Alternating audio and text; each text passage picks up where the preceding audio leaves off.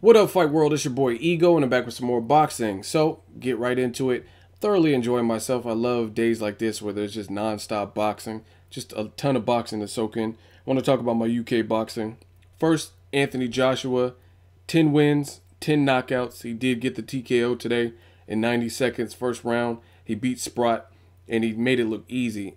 Now, for Anthony Joshua, I've told you on my channel, I like the kid. I like what they're doing. Obviously, the biggest gripe people have about Anthony Joshua is the fact that he's fighting limited competition for a heavyweight. Since one punch can clearly change the course of a fight, I think it's good because they're keeping their man active, and you got to build up his confidence. He has an amateur pedigree, but you have to build up that confidence in a heavyweight so he knows what he's truly capable of. Give him some pro level experience.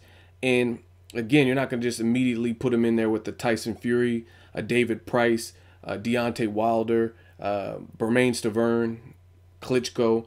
Like, let him build up a bit. And they did this with Tyson. Tyson fought 15 to 20 times in a year to build up and get that pro level experience and get his confidence up. So that's pretty much what they're doing with Anthony Joshua.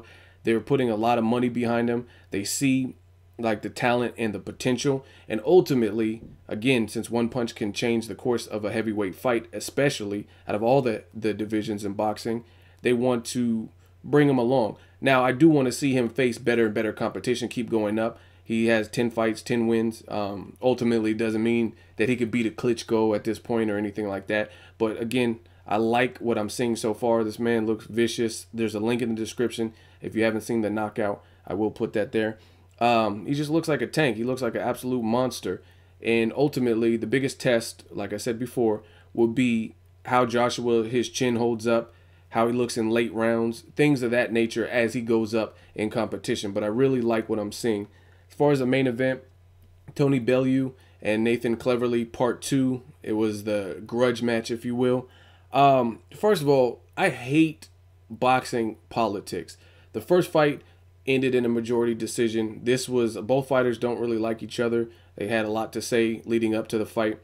I thought, based on Bellew's work rate and the championship rounds, I thought he completely stole the fight, and he was clearly ahead in my book on winning the fight.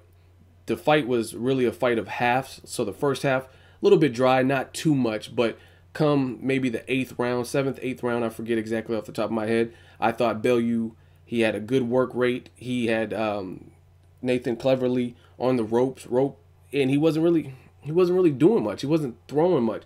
And people get it twisted in boxing. They see guys like Floyd Mayweather fighting the ropes, and they look at the Maidana fight and like, oh, he's losing because Maidana's letting his hands go. However, it's different. You have to appreciate the sweet science. Like Mayweather, when he's on the ropes, he's also countering, and he's doing it accurately and effectively. To me, Tony Bellew had Nathan Cleverly on the ropes, and he wasn't really countering effectively. He wasn't really letting his hands go. He looked pretty lethargic, and Tony Bellew was just basically staying on top of him. So I thought he clearly lost, especially based on rounds 8 through the final round. And they said it was a split decision for some fucking reason. It was a majority decision. I thought that was complete and utter bullshit. I thought Tony Bellew clearly won based on the championship rounds alone. Despite how you had it, I don't see any way you could have scored it with Nathan Cleverly. But it's boxing. You know the politics come with the territory. The first one was a majority decision, so fuck it. Why not make this one a majority decision and create a stalemate type third match in England? You know what I'm saying? So that's pretty much why they did it. But I don't think if it was scored correctly, anyone should have had Cleverly up. Now, I give Cleverly props, all the props in the world, for making the second fight. He was victorious in the first fight. He didn't have to take the second fight. And then also for just being a soldier and not getting knocked out. Bellew was piling on thick, letting his hands go. There was a bit of intrigue in those championship rounds for me because based on Bellew's shape, I didn't know if he would be able to keep up that work rate or if he's going to punch himself out, get tired, and that kind of stuff. But he didn't. He maintained, and they both lasted to the end of the fight. I thought it was a clear, concise 12-round victory for Bellew. It should have been a unanimous decision, but it was a split decision. At the very least, I'm glad the right man won. Now, as far as the future for both fighters, they'll probably make a third fight. I really don't see them being the upper echelon, though, to be perfectly honest. They both have had chances at the big names in light heavy. Nathan Cleverly had his chance to step up against Sergey Kovalev, and we've seen how that particular fight played out. Tony Bellew had the opportunity to step up against Adonis Stevenson, and he held his own. He looked pretty good, but in the end, it was a TKO stoppage. Adonis was able to stop him. I really just don't see either guy being the top of the pack. Like, I can't picture Cleverly beating Kovalev in a rematch. I can't picture Bellew beating Kovalev.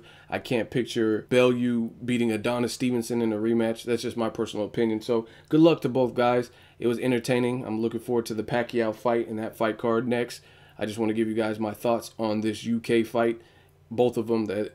Props to Anthony Joshua, though. He's looking real sharp. Tony Bellew did what he had to do, set the record straight, and most likely we'll see a third match between the two. So props to everybody involved.